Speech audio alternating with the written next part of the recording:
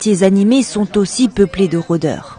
Moi j'ai toujours dans mon sac une bombe de poivre. Si jamais il se passe quoi que ce soit, on a moins tendance à mettre des robes, des vêtements sexy, voire même des talons. Talons on peut pas courir, jupe on va avoir encore plus de chances malheureusement de se faire embêter dans la rue.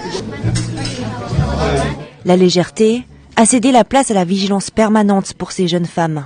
Pour se défendre, Delphine s'est mise à la boxe après une agression il y a 2 ans. Je me suis fait encercler par 6 mecs qui ont commencé à m'emmerder, à me jeter des bouteilles. Enfin, il s'est rien passé de plus grave, mais en fait, c'était un peu à 2 doigts de partir en cacahuète.